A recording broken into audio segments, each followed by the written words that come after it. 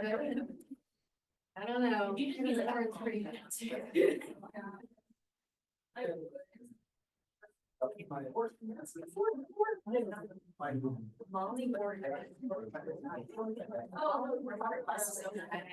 Once a girl said that, I get so offended.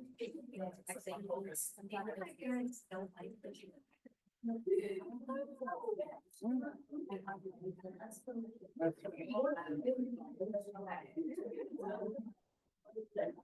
I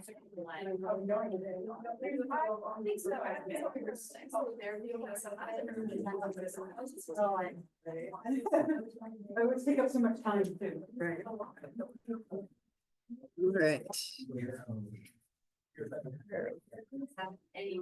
All right, good morning.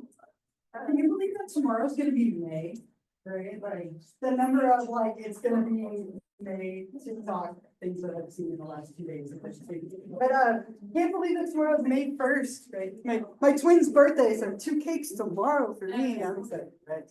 Not at all thinking about cake, but I can't believe it though. I'm looking at our syllabus and like, yeah, we're really like, again, I can't believe it's May. It always seems like it goes so slow and then after spring break, it flies every single time. So what I want to do today, we have 1 slide left with chapter 12. And then we'll go back to STIs. I have an activity that I find to be very entertaining. Hope you find it to be entertaining as well. I've been looking forward to it all day. So we'll have that today to kind of wrap up STIs. And then we'll try and move forward, get kind of back on track. But kind of one last slide here. We ended last time with talking about all the different ways that we can go through labor and birth. Any like thoughts or questions about anything in terms of like assignments in the class or schedule, any of that kind of stuff before we jump back in? Okay. So last thoughts here. After you give birth, this is called the postpartum period. Okay, so we have the prenatal period, and then when you're pregnant, and then postpartum after you give birth. And obviously a time of a lot of adjustment, right? Oftentimes people are physically and emotionally exhausted. You have a new baby or babies that you're taking care of. This can be a time where people experience some strong emotional changes, which aren't helped by the fact that you're sleep deprived. So oftentimes when new babies are born, they sleep for 20 to 30 minutes at a time, and then they wake up. Like now that slowly gets longer and longer that they sleep, but the first few like weeks to months can be a tough adjustment. Really common for women to get what's called the baby blues.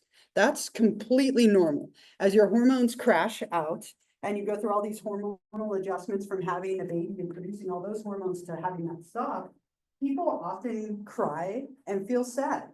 On top of that, like just think about when you're sleep deprived, it makes you super emotional and you can cry over nothing. Now you add the hormones on top of it. And so people having like a little bit of sadness or depression or being really emotional, totally normal.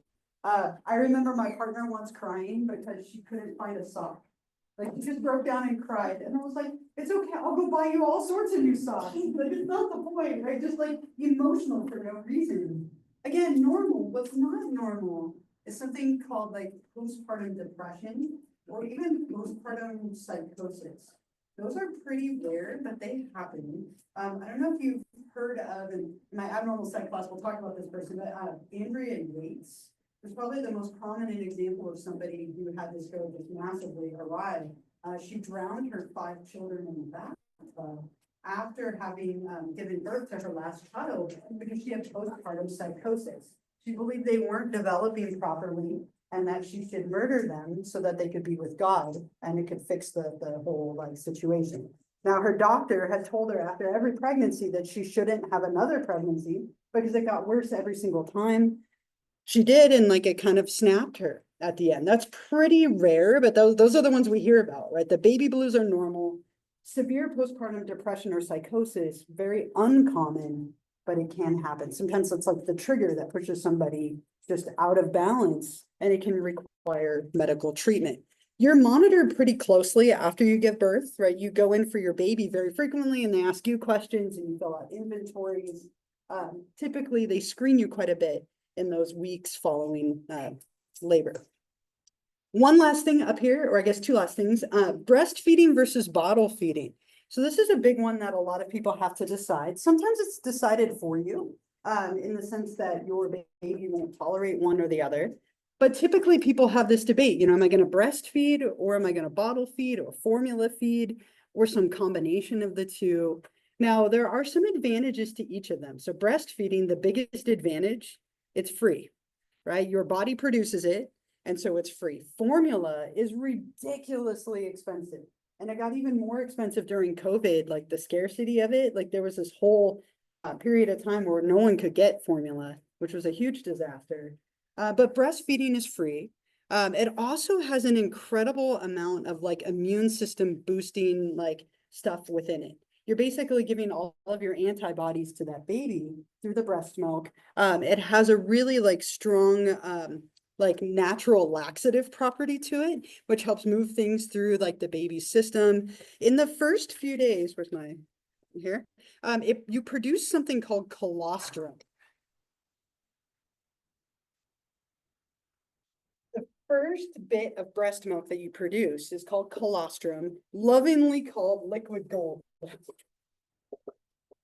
by like the pediatric nurses, right? If you only could breastfeed for a matter of a few days, they at least encourage that. Now the like hope is that you do it for about 18 months breastfeeding, but those first few days you give the strongest amount of like those nutrients and antibodies to that baby. It's the most potent, if you will. And then after that, it's kind of a supply and demand thing. The more that you breastfeed a child, the more milk you'll produce. Breastfeeding milk. So it's something that you have to continue doing. It's also really wonderful for bonding. Right after you're born, they want babies to go skin to skin with that caregiver. Thank you. Or either caregivers or both in order to get that connection. And you obviously get a lot of that with breastfeeding. Now, the downside to breastfeeding is it can be quite painful. Babies don't have teeth. Okay. Very rare. I won't say it's not possible. There have been a couple of documented cases of babies being born with some teeth. Extremely rare. Babies are born with no teeth, but they have a very strong, powerful, like sucking reflex, and it can be painful, right? So that's one downside. Some people don't produce a lot of milk, or it takes a lot of effort to do that. The babies also have to latch on to the nipple, which can be a little bit tricky to do. Once you learn and they learn, it kind of just goes from there. But there are some disadvantages like that. The other one is that a partner can't help, right? A partner can't help you if you're the only one breastfeeding. So what some people do is they use formula. And formula, the disadvantage is that it's ridiculously expensive, but it does also supplement a lot of different vitamins and minerals and nutrients to that baby. It doesn't obviously hurt because you're giving it to them in a bottle. A partner could also help because it's in a bottle. You can also do kind of a hybrid of the two. A lot of women will pump their breast milk. And what that means is you buy this pumping system that simulates like a baby latching on, and you can pump them into bottles, and then you can save the bottles, and a partner could help breastfeed that way through a bottle. So there are kind of some combinations, but obviously the biggest advantage of breastfeeding is that it's free. And formula, some babies can't tolerate certain formulas. It can take a while to find the right one. And so sometimes that can be a little tricky too. But the hospitals will typically push very strongly for breastfeeding, ideally for 18 months, but at least for like a month or a couple of weeks to get this. In terms of sex after birth, the last bullet up here, as soon as you are healed, you can resume any kind of like sexual activity, right? It's like somebody said, I hadn't heard this before, which is funny because I'm Irish, the whole Irish twins thing where they're like immediately after, right? You typically can have sex like within a few weeks to a month after giving birth, as long as everything is healed. Like C-sections take a little longer to heal. Your body has to kind of return back to normal. A lot of women will bleed a little bit, like spotting for like weeks following giving birth, just as everything kind of resets. So once your doctor gives you like the clear, like you're fine, typically it's like a few weeks to maybe like a month. And on top of that, most people are typically quite exhausted anyway, because they're doing everything else with babies. So that kind of lends to it taking a little bit as well. Right. Okay. Any like other stories or like questions or thoughts or comments, anything related to pregnancy, childbirth, labor, any of that stuff? Anything from that chapter before we move on? All right.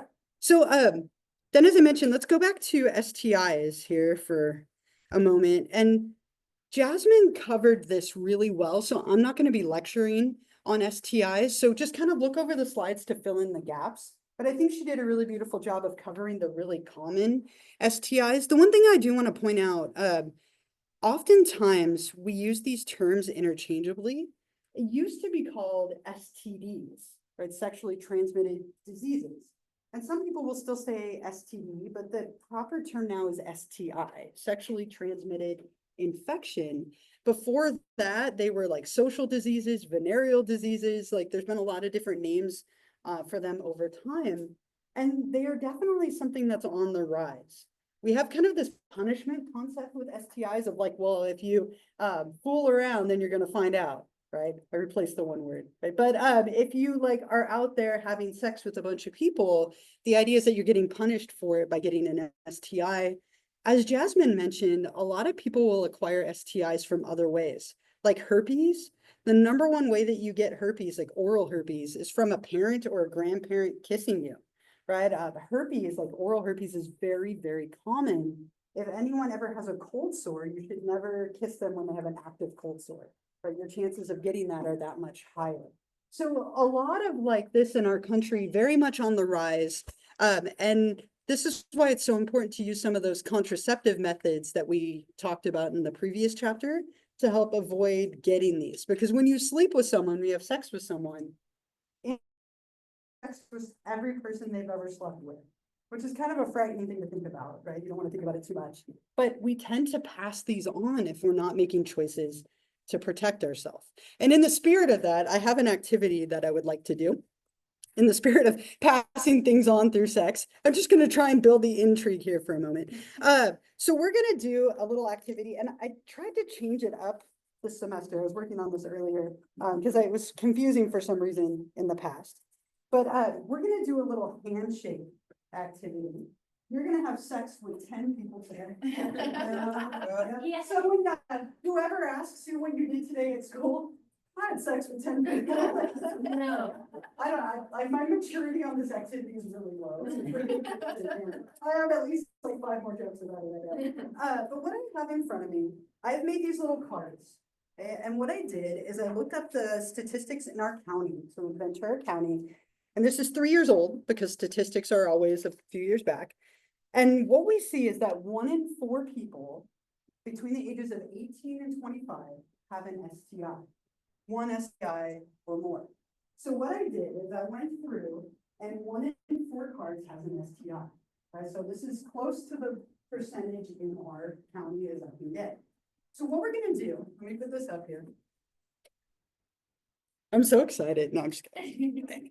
I am excited, legitimately. Okay, so in a moment here, I'm gonna have you get up, stretch. No, I'm just kidding. All right, and you're gonna shake hands with 5 people in the class. Anyone you want. Feel free to experiment, have fun with it, right? This is your opportunity, no consequences, leave this room, right? And there's hand sanitizer over here when we're done. Please wash your hands. You got here just in time for sex. I appreciate you joining me in the work. Okay, so what I'm gonna do, I'm gonna use that card to you. And I don't want you to show it to anybody else, okay? Just keep it to yourself. For now, all you're paying attention to is the top that's highlighted. Okay, there's a part 2, which we'll do in a minute, but for now, just part 1. Okay, and after we do this, I have a slide that you're gonna answer a couple of questions to turn in a sheet of paper for credit for doing this. So I'll put that up in a moment, but I'm gonna hand these out, and please know this is totally random. Like if I give you one with an STI, it's not because I don't like it. I'm shuffling them now. I feel like I'm like in Yellow Jackets, like I hope none of you get the queen. Okay. All right. Let's see what happens here. So again, don't show them to anyone. I'm not gonna make eye contact with you. Like, I'm sorry. Okay, so again, don't show it to anyone and ignore part 2 at the bottom.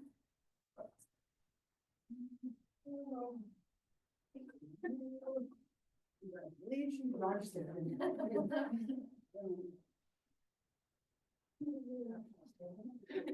Okay, and again, don't show anyone. Oh, it's right there. So embarrassing.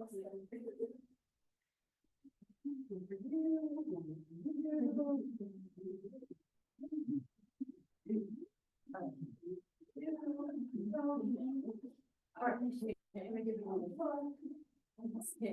Here you go. Okay. Oh, I did already give one. Thank you. Maybe you didn't want this one anymore. Okay, does everyone have one? Okay, so here's what you're gonna do in a moment. You're gonna get up and I want you to walk up to whoever you want, someone you know, someone sure it's up to you, and you're gonna shake their hand. Shaking their hand symbolizes having sex with them, okay? So choose a pair. So when you're done shaking each other's hands, here's what you're gonna do, okay? So at the top of your card, it says what you have or don't have highlighted. So this one, for example, says I'm STI free. So if we shake hands, right? And afterward, I'm gonna tell you I'm STI free, so you get nothing from me. If she had gonorrhea, I get it, okay? Automatically? Yes, automatically, okay? You're doing nothing to protect yourself round one, nothing. You'll see, you get some chances to protect yourself in round two, but not yet. Okay, so in round one, if they have an STI, it is now yours as well. And you pass it on to everyone you have sex with afterward. So remember it in your head. It won't be on your paper, but remember it. So if she had gonorrhea, now when I go up to the next person and shake hands, I'm no longer STI free. I have gonorrhea, so I'm going to give that to you. And anything that you have, you're going to give to me. Okay, I would expect that when you're done with round one, several of you will have several STIs. Luckily, they get wiped away after round one and you get to start over. But what I want you to do in your mind, keep track of what you have. Every time you shake hands with someone, you give them what you have, they give you what you have. That makes sense. Yeah. Right? You swap everything that you have, okay? And then you go on from there. Yeah. Okay, okay, but we're not gonna tell each other Not until after you shake because their hand. then. Yeah, because if you asked them before and they had gonorrhea, you'd walk away, right? So Well, You're- walk away, but then the next person, somebody else might right, hear. so yeah, so just tell them quietly, and then when you're done, these are the questions you're gonna answer. Don't you love that picture? Honestly, like, oh God, what happened? So I'll leave this up for now. When you're done shaking hands with 5 people, I'll put up those questions and I want you to answer them before we do part 2. Okay, so have fun, be safe. Good luck. You can get up and walk around, or whoever's next to you.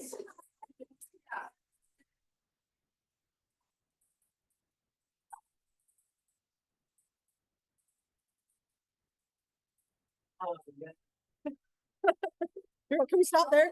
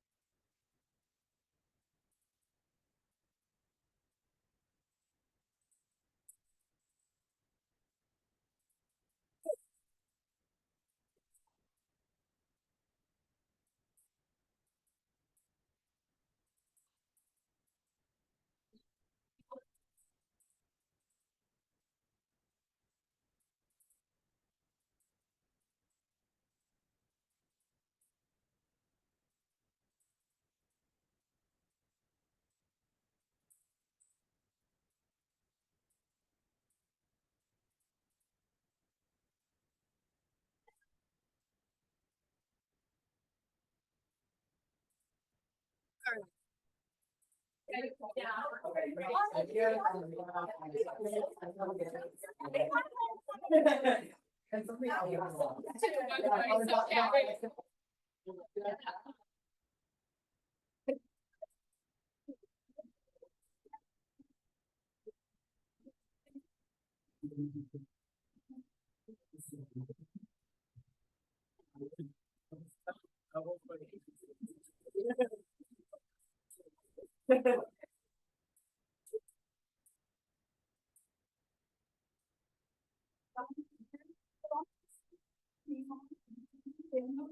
was your status when you started? What was your status after 5 people? And then any reactions, okay? And if you want to pass your cards forward, I'm gonna give you a fresh start for round 2. I'm gonna go ahead and pass them up while you're ready.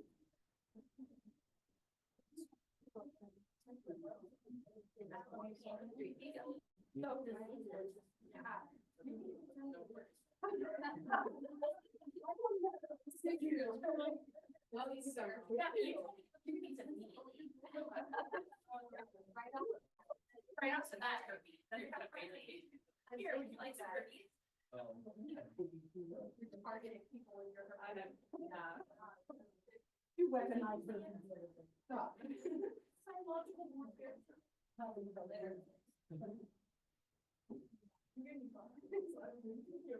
gonna give a minute or 2 and then I would love to talk about it. I'm dying to hear it.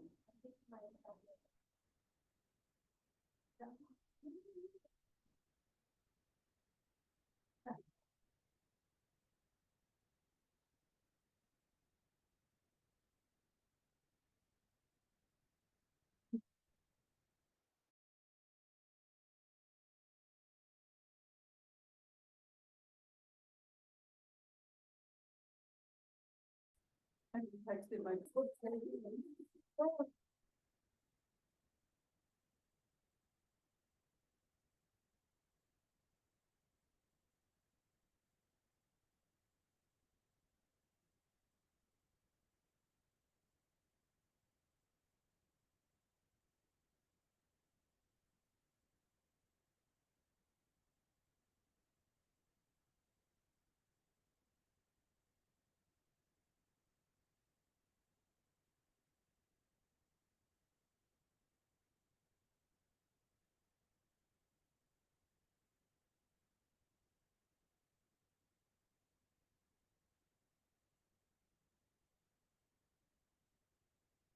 Yeah, you're turning it into for 10 points, so it is worth points at least. Just don't. post You're it on sick. the No. internet. With your picture next to it. Don't post it. Right?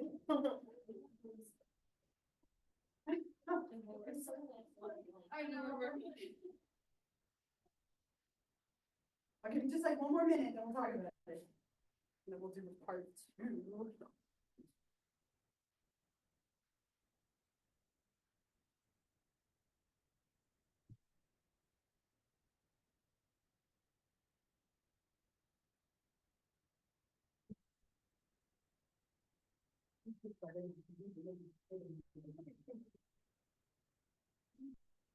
Okay, so yes.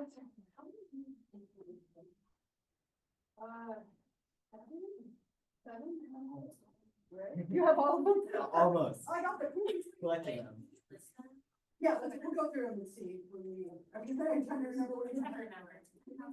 There was, let me, I can help you. So we had genital warts, herpes, chlamydia, don't worry about spelling. No one's talking about gonorrhea, did we say that? Syphilis, chlamydia again, and then, crabs or pubic lice. You're like, oh, that was it. That's a rare one. I think it was. And I think that was all of them. The start. Herpes, gonorrhea, pubic lice, herpes, gonorrhea, syphilis. Okay, so out of curiosity, let's talk about these for a minute, because I'm dying to hear how it went. By show of hands. Okay, by show of hands, how many of you started out STI free? Raise your hand. Oh, wow. Okay, so keep them high for 1 second. Look how many of you started out STI free. How many of you finished STI free? One soul. Oh, okay. Okay, so every single one of you who participated ended with an STI. Okay, now, do you think this was realistic? No.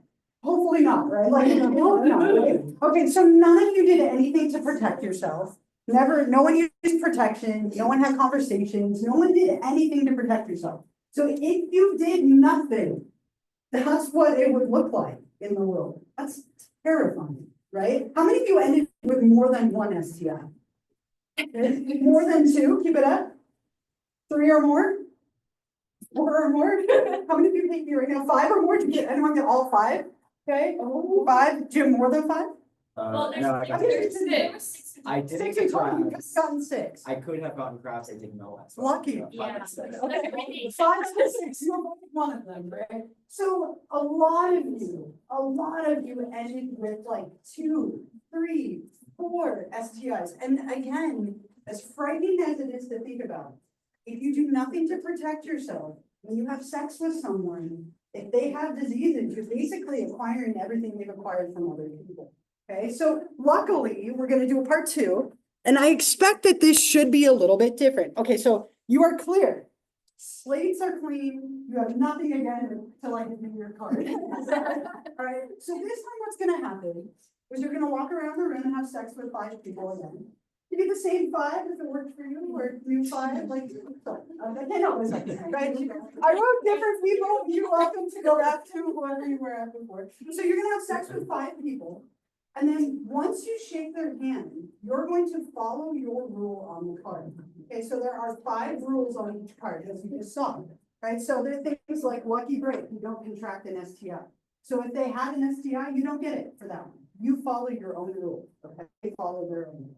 If they didn't have an STI, then doubly lucky you didn't get one. You use protection and you don't contract an STI. So if they have one, you don't get it. You use protection improperly, if basically like a condom broke or you didn't put it on right, if they have an STI, you acquire it. So there are a few where like you didn't have protection, you didn't have a conversation, you will acquire it. And then there are some that are like you had a conversation, you used protection, you were lucky. Basically, you're gonna follow your own rule. But if you acquire one, if you start out STI free and you acquire syphilis, you're still gonna pass that on. So kind of remember it in your mind. But I imagine very few of you will have 5 STIs this time around, right? So this is a little more realistic, I believe. Let me give you a new card. Again, totally random. Unless I shuffle them in front of you. Oh, sure. Yeah,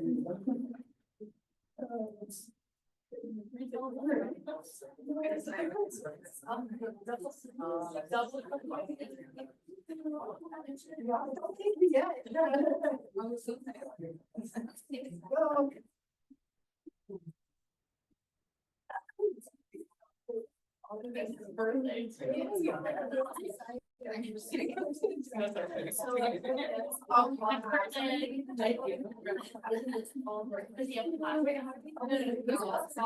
you're gonna follow his pickup.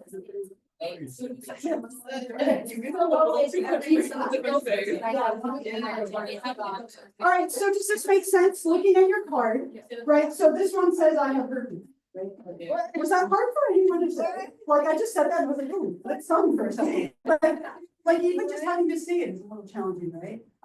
So oh, you don't have a card? Or I won't give you this top one. Because the top one is her. Okay, thank you very much. Better not, right? So for example, this one says I have herpes. Okay, so if I go up to someone and shake hands, right? If I shake hands with somebody, I'm then gonna follow my rule for what they have. So if she has nothing, right, then I won't get it because my first rule says I don't contract an STI. So you're following each of your rules for the 5 people. 1, 2, 3, 4, 5, 1 for each person. Okay. So whether or not you acquire is based on your rule, and whether they acquire is based on their rule. I used to have people switch cards. I feel like I made it much simpler. So hopefully we'll see. Does that make sense? Everyone clear? Okay, so 5 people. When you're ready, go for it. And then I'll put up the next questions. I like this.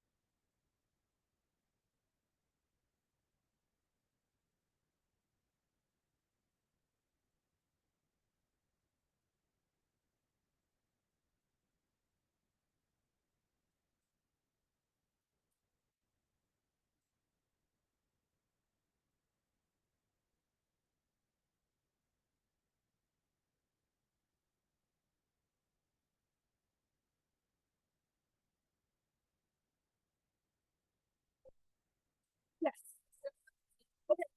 They got herpes, but they were on number 5, so they didn't get it. Okay, so they follow their rules. So So I don't you, get. so you follow your, so you had a conversation with you don't. No, she had a question about. This is. Okay, so let's say here, okay, so like, if we were to shake hands, right? You're on 5 months. Okay, so for me, it's like mine says, so like we shake hands, right? So, and then I say, I have herpes. Yeah. Right? But if it's. So then you follow your rules. So if we had a conversation, you don't get anything. But I'm on 3. Okay, so you follow, so you follow your rules. So you didn't use protection, so then you get it. But she was on 5. So she follows her rule. Oh, that's okay. So then I'm gonna follow number 1 and I don't get, so you just follow your own sign. So only for you, all you have to worry about is your mouth. And all you have to worry about is your mouth. Yeah. Okay. So just follow your own rules. Okay.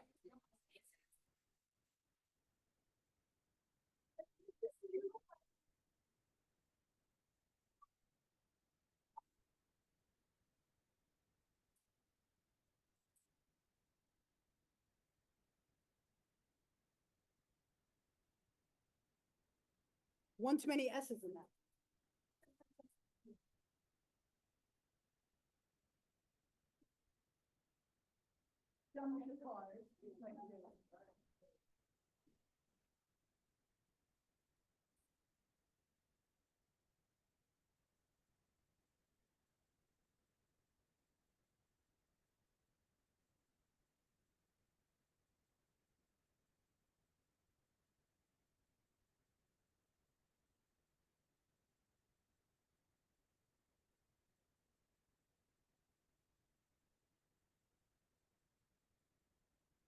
So I'll give you a few minutes and then we could talk about it. You don't have to write a lot, just a little bit for each one. And make sure your first and last name's on there because I'm collecting it from you.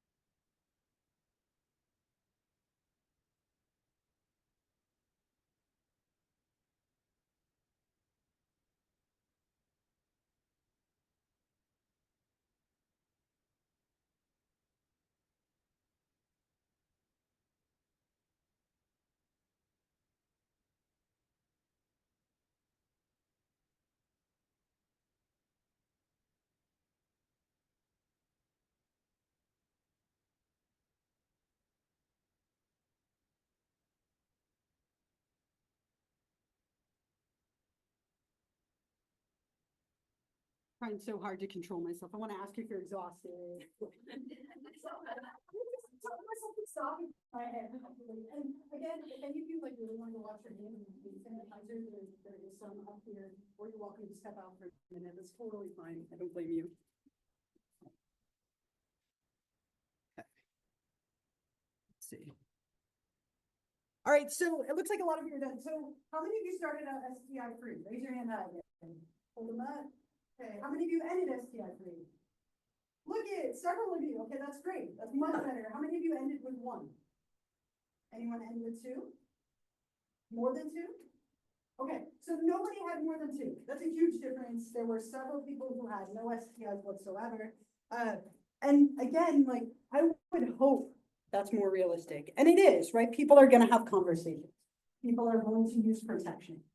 But sometimes protection will fail. Maybe you use that condom improperly, or you forget to take your like pill every day like you're supposed to, right? Whatever it might be, things can sometimes fail and be used improperly. But when you have conversations, when you talk to people beforehand, when you use protection, you drastically minimize your chances of acquiring STI. So hopefully a kind of like, I think entertaining, but a very powerful way to see how those choices can actually make a big impact. Are there any other like comments, any comments, thoughts, reactions, anything? Yeah.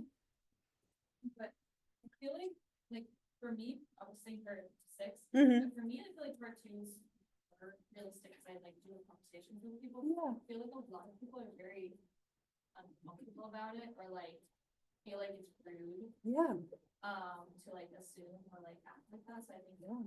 I think that unfortunately part 1 to an extent is more realistic just because I Yeah. feel like people are people are too trusting with it. That's a hard conversation to have, right? That's not the easiest thing to bring up, you know, but when you're talking about like previous partners and experience and what do you like and not like, you know, like that really should be responsibly. If you have an STI, you really should let somebody know ahead of time, but people often don't feel comfortable doing it. And we would hope this is more realistic, but conversations can be challenging. Yeah. For question number 5, I found out I felt more relieved, once I found out that I hadn't contracted their STI. Sure. Based off of the rules.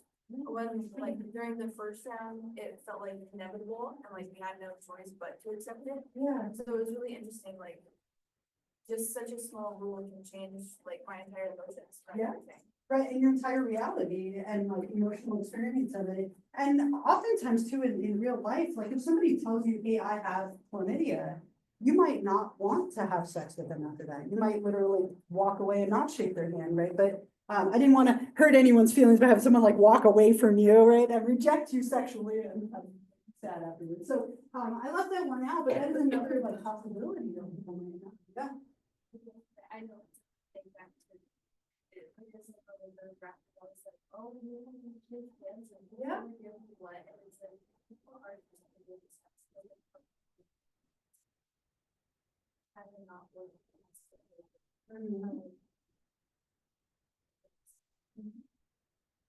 It is uncomfortable, right?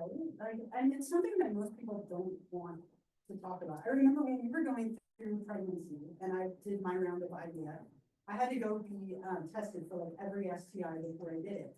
And like, I didn't think anything of it, right? Like I have had very few partners that like, they were all like women and like, I was like, oh, I'm fine. And like, I went and got the test. They took a ton of blood testing for like every STI.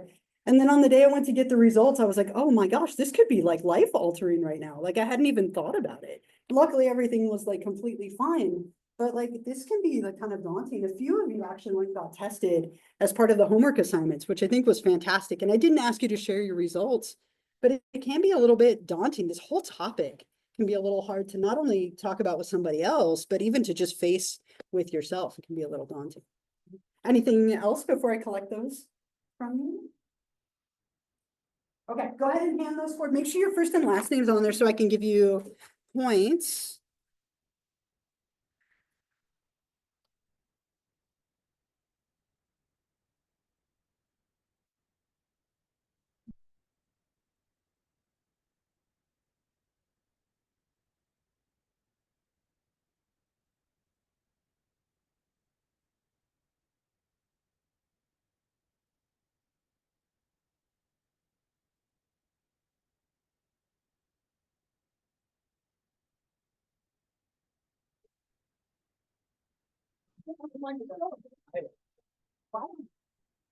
All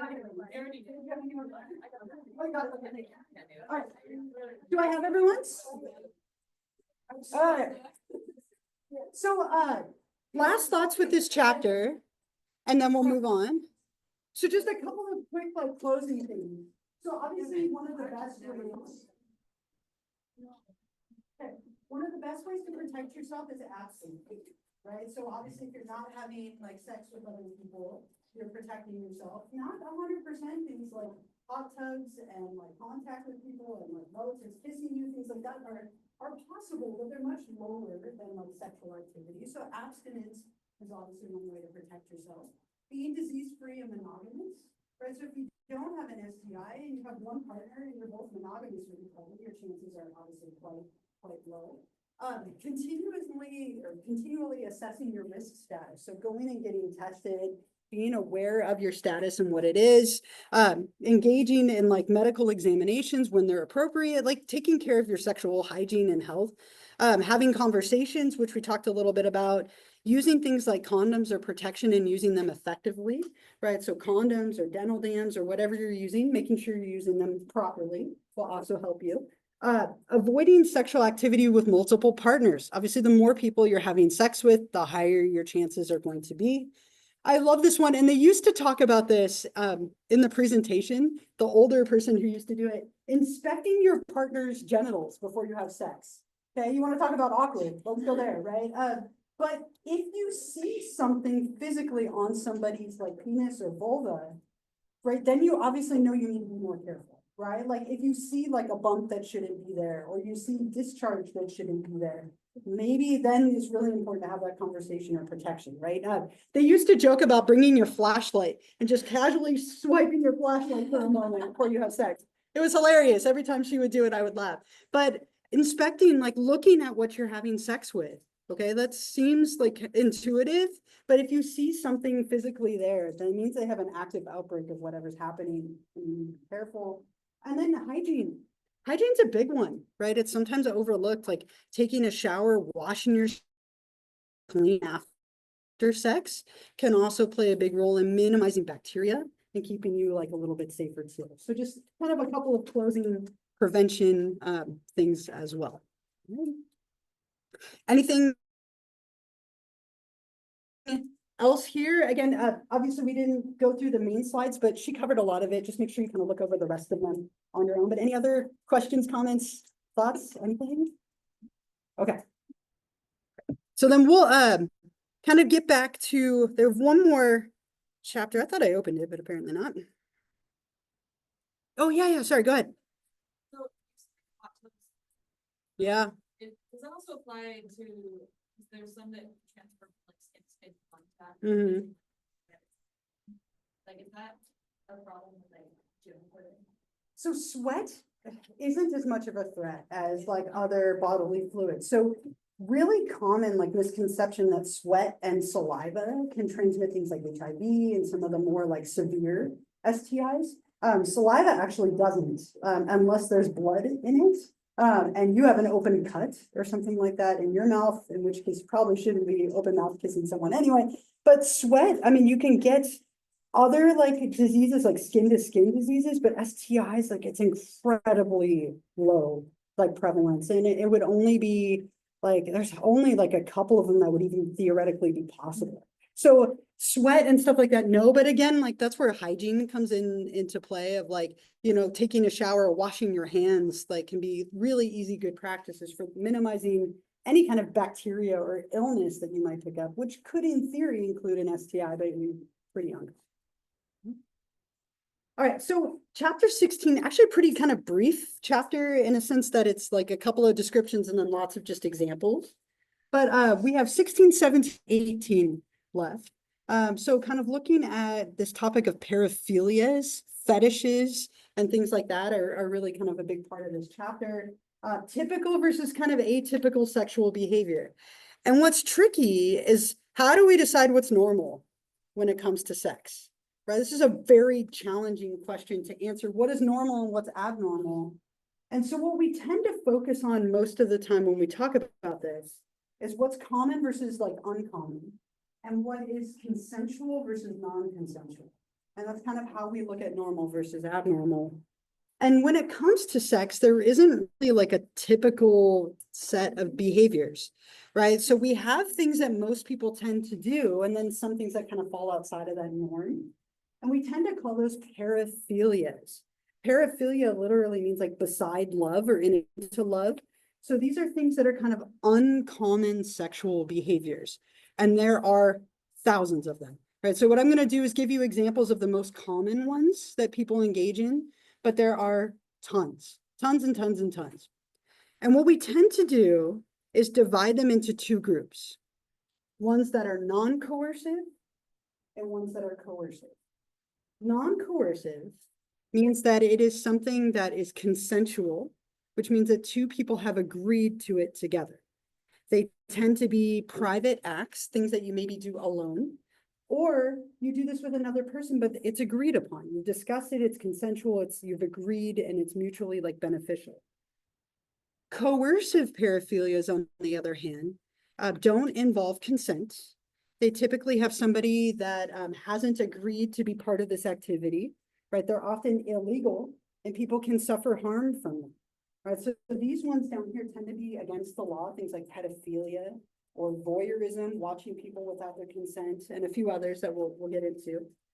Versus the non-coercive ones can be completely agreed upon, right? And consensual between two people. So there are an absolute ton of examples, and I'm just going to give you like some of them relatively quickly. There's a few that we'll spend more time on because they're more common. But if we start with the non-coercive stuff, the most common one by a mile are fetishes. People having a fetish. And a lot of people have fetishes. And there's nothing wrong with them. This falls into the non-coercive category. So let's say that you have a foot fetish or a shoe fetish. One of the most common ones, right? What that means is you are unable to get sexually excited or reach orgasm unless shoes or feet are part of that in some way. Okay, so enjoying your feet being touched doesn't necessarily mean it's a fetish, but if you can't get off or reach orgasm or be satisfied sexually without your feet being touched, that's where we start to deem it as a fetish, if that makes sense. So it has to be like a key part of your sexual activity in order to get any kind of excitement or reach orgasm. Now, fetishes, if we're purists, they typically are like non-animate objects. So something like shoes, lingerie, rubber, boots, right, are really common. But sometimes we also include like parts of the body, right? That's really common to kind of categorize them that way as well. I have a little video that describes fetishes really well. She's a little cringy, in my opinion. She kind of, I feel like she walks the line between like flippant and informative. And I don't know if that's good or bad, but I'll play this for you. She describes like where fetishes come from and some common ones. And I think it's helpful, so I'll play it for you and then we'll keep going. But these are by far, she pointed out in there, fetishes are very commonly born out of conditioning. Right? Very classical conditioning, like, so like Pavlov and his dogs kind of thing, where like, let's say that somebody gives you a foot massage and then it kind of transitions into sexual activity. If they keep doing that repeatedly, you might start getting turned on when somebody rubs your feet, right? Because you start to learn to pair them together. That's very common with like sexual activities, that there's conditioning that takes place during them. And that tends to be a big, strong like root of fetishism. We also see that they're way more common in men than they are in women. Women obviously have these as well, but they tend to be much more frequently like occurring in men. Yeah? Is that because more studies are done by men and men are more voluntary to offer that up? It could be, right? That's definitely one possibility, right? And that men like stereotypically are more willing to talk about their sexual activity than women. So that could be part of it, right? But we tend to see it more in men. Another part of that might be that men stereotypically are more likely to masturbate than women. Now, not to say that women don't, but it's more common, or at least more commonly reported. And a lot of fetish behavior involves masturbating to an object. So that might be part of it too. So fetishes are really, really common. There's something as well, and the name sometimes throws people off, transvestic fetishism or transvestic disorder. I wrote it up here as well. This is different from somebody who identifies as being like trans, right? So if you're transsexual or transgender, where your identity comes from like dressing like and acting like the other sex. This is somebody who cross-dresses. You can think about this as somebody who's a cross-dresser, typically for like entertainment purposes. So this is like someone who's like a drag queen or a drag king. right? Like, so somebody who's dressing up in the opposite sex clothing, typically in a very characterized, like, kind of way, like it's over the top, tons of makeup, right? Like really exaggerated. And it's more for like arousal, like purposes here. It's not having to do with completeness. So it doesn't have to do with identity as much as like for performance or sexual purposes, right? So transvestic fetishism or transvestic disorder is kind of another like offshoot of fetishism, if it makes sense. And again, much more like a drag king or a drag queen than someone who identifies as like trans, which is identity based. The most common one after fetishes, BDSM, right? And this got so popular like years ago with the 50 Shades books and movies, which, you know, I read just so I could be up to date with everything that's happening in the world. That's what my partner's like, why are you reading that? Like, it's for my class, it's research, right? Important to do research. But BDSM, so bondage, right? Discipline, and then we have sadism and masochism. That's what the BDSM stands for. And sometimes people like have one or the other, or it can be all of it combined. But with this, what we see is that there's some combination of like masochistic, sadist kind of behavior. Now, if you are a sadist, which means that you really enjoy like harming other people or humiliating other people sexually, dominating other people, doesn't have to always be pain. And your partner is a masochist who likes to be dominated and likes to be harmed and likes all those things. There's nothing wrong with that. That's a good match, right? If you're a sadist and your partner's a masochist, great, right? Those are preferences. Where people get into trouble is if somebody likes to dominate, humiliate, or do these things, and their partner isn't into it, right? And that's where it can sometimes be problematic. And that's where it becomes more of an issue. If you have matching like preferences, that's great, and there's nothing wrong with that. Bondage is often a big part of this as well, like tying people up, gagging people, restricting their air in some way. Oftentimes, this can be about sex, but it can also be about power, right? So it can kind of either way. Like sometimes people will hire like BDSM, like prostitutes, if you will, or sex workers. And it may or may not include sex. It might just be they want to be dominated by someone who's like a dominatrix, for example.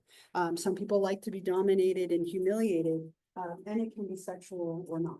So this is a very, very common type of like non-coercive paraphilia. And again, not a problem at all as long as both people are on board. As part of this, sometimes people do what's called autoerotic asphyxia. This is probably one of the more dangerous sexual activities that you can do. It's restricting somebody's airflow. Okay, so when you choke somebody or you gag somebody, or they wear like one of these masks or like hoods that they sell at like some of the stores some of you went to, when you restrict somebody's oxygen, obviously this can be a very dangerous activity. So a lot of like accidental like deaths and issues with this activity specifically. So probably one of the more risky ones. And then I included 3 others that tend to be relatively common. Infantilism, which is treating somebody like a baby. This can include like having somebody wear diapers and changing their diapers, people being aroused by being treated like a baby, or caring for somebody like they were a baby. Coprophilia and urophilia, so feces, so defecating or like going to the bathroom on somebody, whether it's defecating or like urinating on someone. These are also relatively common activities that fall into here, right? This one's sometimes called water sports or golden showers. So be careful. Someone asks you if you like water sports. Clarify, right? We're talking about like water skiing, or what are we talking about here? So these 2 are also really common ones. And they can, again, be not a problem. If somebody likes to do this to someone and their partner's fine with it, it's not a problem. It's not an issue. The issue, again, only comes up when like one person needs this in order to be sexually satisfied and the other person isn't into it at all. That's where we get into issues. The other side, I was so proud of that little like animation up there. I was so excited. So on this side, we have the coercive one.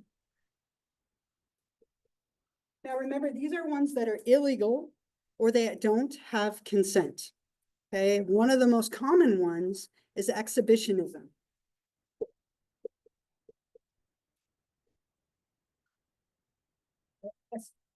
exhibitionistic disorder. With this one, people become aroused by exposing themselves to an unsuspecting stranger. Okay, so typically what turns them on is your disgusted, horrified response. Okay, so as hard as it is to do, the best thing you can do if somebody flashes you or does this to you is to just ignore it and walk away. If you are horrified, scream at them or act disgusted, typically this individual will masturbate to your horrified reaction later. Okay, so the best thing you can do is just like try not to react. I was in San Francisco, everything else interesting always happens. But I was in San Francisco for a psychology conference. I was with a few of my colleagues and we were walking to this conference. This was before my children were born, so 13 years ago. But it was so long ago at this point. But we were walking to a conference and this guy was dressed as Santa. It was November, so I didn't think anything of it. He was standing on the street corner. So we're like walking down and the Santa guy just opened his like this little Santa robe and flashed all of us. He was wearing nothing. And like all of us as psychologists were like, just keep walking. Like it was so memorably awkward, right? And then 2 streets down, there was a guy dressed as Jesus, like who had schizophrenia. It's a very memorable trip. But that's kind of the typical thing you see here. It's almost exclusively men, right? The rates of this in men are much, much higher, typically flashing or exposing themselves to somebody who doesn't want that to be done, which is why it's on this side of the coin. So it's normal to have a little bit of this, right? This is not uncommon, right? And a lot of people have some kind of exhibitionist behaviors as part of sexual activity. But what makes this a problem here is the lack of consent, right? So you're flashing somebody who did not want to see that. Kind of an offshoot of this is making obscene phone calls. I love this. I need a second opinion. Is this an obscene phone call or a patient with a respiratory problem, right? Kind of breathing heavily into the phone or like calling and saying inappropriate things. That's another way that this can present. Very, very common one, almost exclusively men. Voyeurism is another one. And this one is just gaining so much popularity with how easy it is to hide a camera. As cameras have gotten smaller and smaller and smaller, this has gone up. So voyeurism, let me spell this wrong. So with this one, you're either looking through windows or spying on people without their knowledge, maybe recording them without their knowledge, right? So you have a hidden camera somewhere, looking in bedroom windows, like changing rooms and bathrooms are ones that have become more and more like prevalent. And again, a degree of this is kind of common, but with this one, you are violating somebody's rights by watching them, recording them, observing them without their consent. Another very common one. That can go up here as well.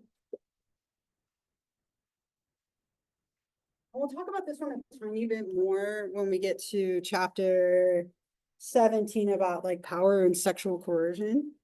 But with this one, it's somebody who is having like sexual interactions with children, right? We would call this person a pedophile or they have pedophilic disorder. And typically what we do is we define this differently from state to state. But in general, it's somebody who's under the age of 18 and very clearly if they're under the age of 13. Where it becomes tricky is when you have somebody who's like 17 and someone who's 14. Then we have like weird gray areas in there. If somebody is much older than someone else, typically there's a power dynamic and they can't give their consent. So the very easy, clear example is like someone who's an adult going after someone who's a child. Typically that means under 18, but under 13 is like a hard rule across the United States. Yeah. A what? I'd like, right, because there's something close to that, but it has to do with what? Yeah. Are you saying with a different letter? Hebephilia. Oh, I don't know, right? There's a name for everything.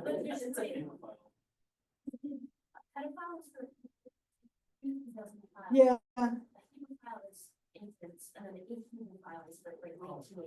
Yeah, and like, so sometimes they'll make a distinction, but we're kind of talking about it broadly, but like, depending on what state you're in, this is where it gets tricky and where we define it differently. Every state has a different age limit, right? And every country a different age limit as well. And so like in California, it's under 18. Like, so someone who's over 18 having contact with someone who's under 18, problem, right? even technically like a 17 and a 15-year-old having sex could be problematic, right? But it happens so often and very rarely are there charges like put out there. But if it's non-consensual, that's where it gets into a problem. But then it's also sexual assault, right? I was gonna say, I did part of this, but I think California and a bunch of other states, Yeah, it's technically illegal for anyone. right. to have sex. And, Technically, yeah. yeah, technically, like, even if it's 2 15-year-olds, you say. Yeah. Somebody reported that they did a lot of technicality. Yeah. But it's like, not like, we don't have to be prosecuted, but. Right. The most common age that people engage in sex for the first time is like 16 and a half to 17.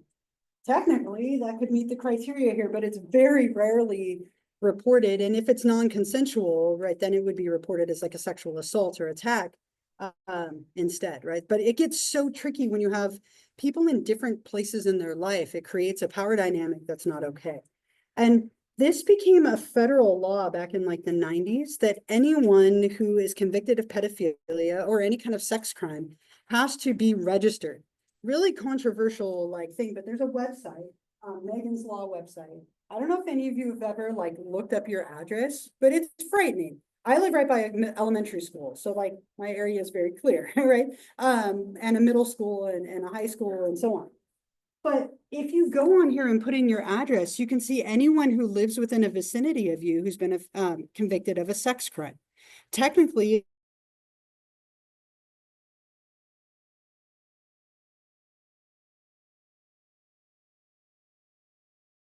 if you've ever been convicted of a sex crime, that stays with you forever in public. Like this could be all sorts of different things, but anyone who's been convicted of a sex offense has to register under federally, and that information is public domain. Yeah.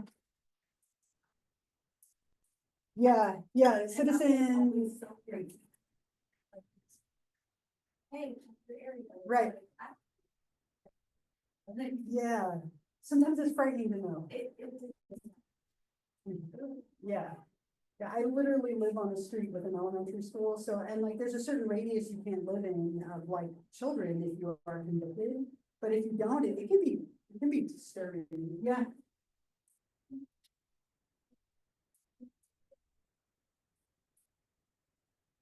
Yes. Anyway.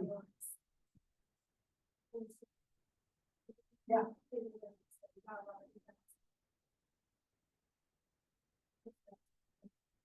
Yeah, so if you click on their profile, it will tell you, yeah, like there's all sorts of like lesser like sex crimes, like somebody who like couldn't hold it and urinated in public and the police drive by in that moment, you could technically be arrested and charged for that, right? And so yes, if you click on them, it will tell you the specifics and also the date of when they committed the crime. And the controversy, right, is like there be a point where that's no longer there. But let's say you committed something 30 years ago, should you have that forever or not? A lot of people are leaning for yes, but people don't know. As of right now, it stays for life. That's been very up for debate for a lot of years. Yeah. Cause I don't watch the TV shows where they walk around the neighborhood and have to be like, oh, they did something. No, no, Like, no. how to ask. Yeah. No, you don't have to go out yourself, at all, like that's not required, but it is public domain that you could find that very easily. So in a way, like, you know, you could be very hidden, like if you're a very private person, no one would need to know, but if they looked it up, they could find it very easily, if that makes sense. Was there another? No, yeah, I was gonna say, was that happened with my friends for person they were dating for 17th time, and they got charged with a crazy amount of possession and distribution of child pornography. oh, And, like, I was saying because of the, how it's illegal to, like, for people under 18 to consent to sex. yeah, They got charged for sex crimes.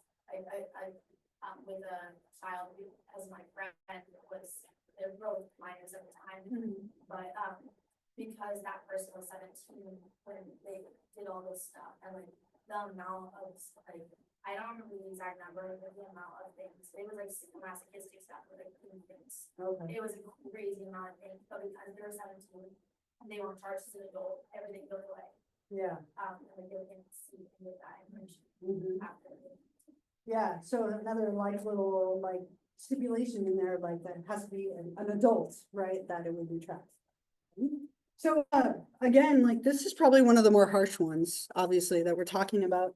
And we will bring it up again when we get to the next chapter on, when we get to power and sexual coercion, next time, right? Which again, I want to put that out there really quickly before I forget. The next chapter that we cover, it can be a harder one, right? Like we're talking about like sexual assaults, rape, pedophilia, domestic violence. Keep it as like surface as we can, but I do know that can be a button or a trigger for people. So I want to warn you, that's our next topic, next class. I hope that you're here, right? Because we won't go into anything and I would never show you anything graphic. But it is a difficult topic for a lot of people, just to kind of give you a little trigger warning for next class. Yeah.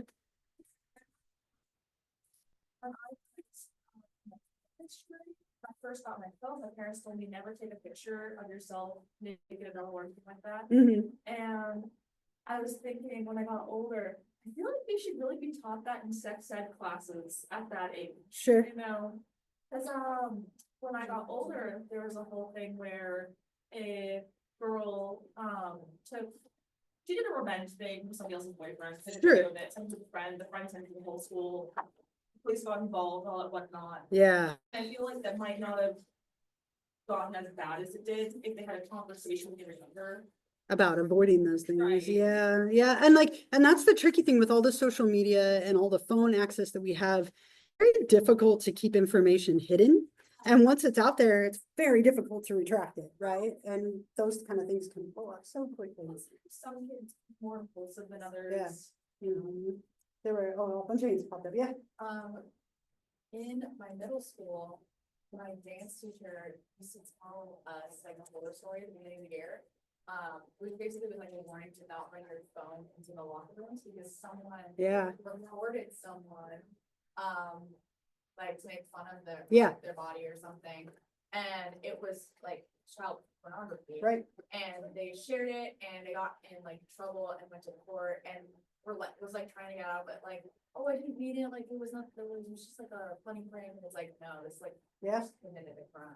Yeah, and a lot of schools, so like my oldest is in 7th grade, they're not allowed to bring their phones, they have to stay in their locker like the entire day, like they're not allowed to have it at all until the day's over. Because they're trying to avoid stuff like that, because it just lends to it so easily and people thinking it's like a harmless thing, or I'm just, just bully, like it's like bullying only, like we'll say only, but it could become a huge issue, like in a sex crime. Yeah.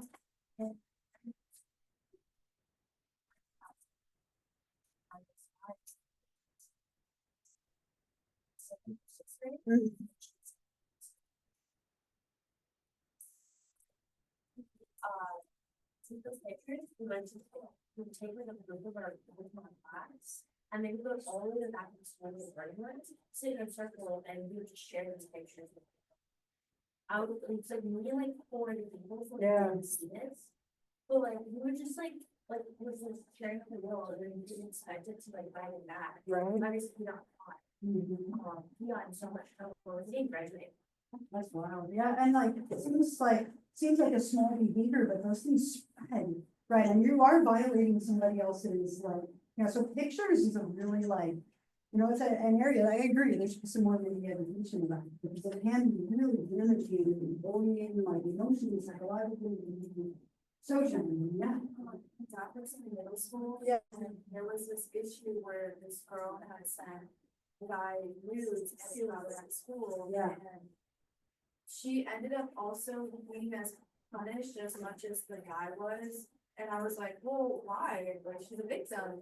But he was like, well, no, technically she spread child pornography. So she also got expelled. Like the boy did that, shared her pictures. Yeah, so both sides, right? And like the consequences for something that seems so harmless is like an image, right? So you have to be careful with what you put out there. Like when you put it out there in the world, you can't always bring it back, right? Which is a little scary. And when it involves minors, it gets even messier, right? It gets so messy. Anything with people under 18 can be really tricky to navigate. Yeah.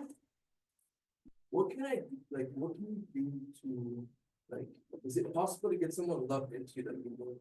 Get somebody's. Like loved into if, if I like someone like that. Yeah. Like to report someone, because Definitely. I had a well, both of my younger sisters had really bad like situations in Setmire Park.